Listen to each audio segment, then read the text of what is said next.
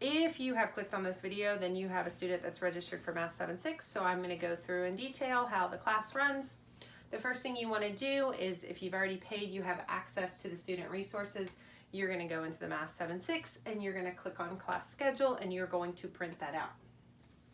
I have it right here. So as you can see, there are no dates. These are dateless schedules. The reason I do that is I have students who essentially do school year round, and this allows the parents freedom for vacations or things like that, or if someone's stuck on a concept, they can redo that week and nobody's upset, nobody sees anything wrong with it, because I do not count late work. When you send me the tests, I grade it. When you get halfway through the book, you get a semester grade, and when you get to the end of the book, you get a final grade. Speaking of the book, the text you need looks like this. This is the 3rd edition. This is the one we use. Saxon is now in softcover. Do not get the softcover. It has to be the older hardcover books, because those are the ones that have the geometry throughout. The softcover ones, they pull the geometry out. I do not use them. So you want to make sure you have this. You also want to make sure that you have the answer key. You do not need the test because they are right here, but your student needs to be checking their work. Well, not especially, but only on the lessons they do alone. So if you notice on week number 1 on your schedule, it says you're going to do lesson 5 and 4 online. So remember how this works. You are going to go 5 up and work backwards. So 5 and 4 you would access through the Math 7-6 videos online. Your student would listen, turn the volume up, have them write all the problems out, work through with me. On Monday and Tuesday they'll do those, and then the next 3 days they'll work on their own. Now, as they're working on their own, have them check their work.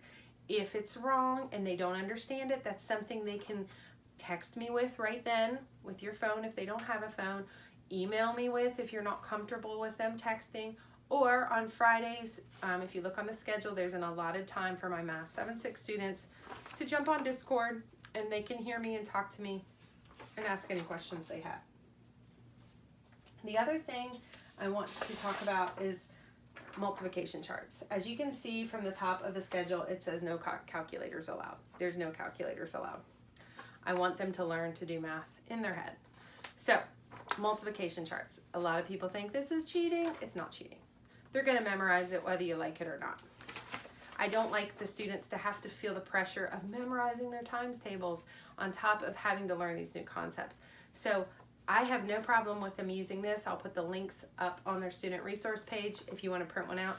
This one is just a 10 by 10. If you have a student who gets overwhelmed with numbers, you might want to use this. This one actually goes to 15 by 15, which is nice, but it's kind of busy. So I'll let you decide which one you want to let them use, but I really have no problem with this. Some parents use counting tokens. Either one is fine with me. Math is very visual, so you want them to actually do that. Now, when you get to a test, they take the test, you're going to convert it into PDF, scan it in, and email it to me. No more texting tests to me. I don't have the time to convert them all to PDF. That's a big change this year. So make sure you're scanning them in and you're emailing them to me.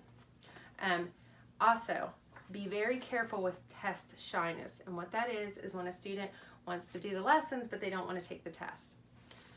What will happen is you'll end up with a backlog of tests, which will drive them crazy having to do them. But also, let's say they miss a concept up here in lesson 4 or lesson 3, it's gonna show all the way down. So they could do very badly on tests, when if they had just turned in test 1 right after they did it, I would have caught it and I would have said, hey, so-and-so needs to go back and review these problems. Be careful with this. This is what you're doing wrong.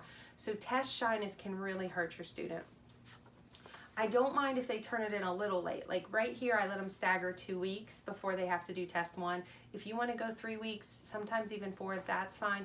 But really don't go much further than that, because if you do, you're going to run into those problems. So make sure you're sending me those tests. When I get halfway through the test, which is around test 12, as you can see, you'll get a semester grade. And then of course at the end, which is up to test 27, you will get a grade. So if you have any questions or comments about Math 7-6, you can just put it in the comment section below. You can always contact me through text or through the contact on the website or through my email. So you guys have a great day, and I'm here if you need me.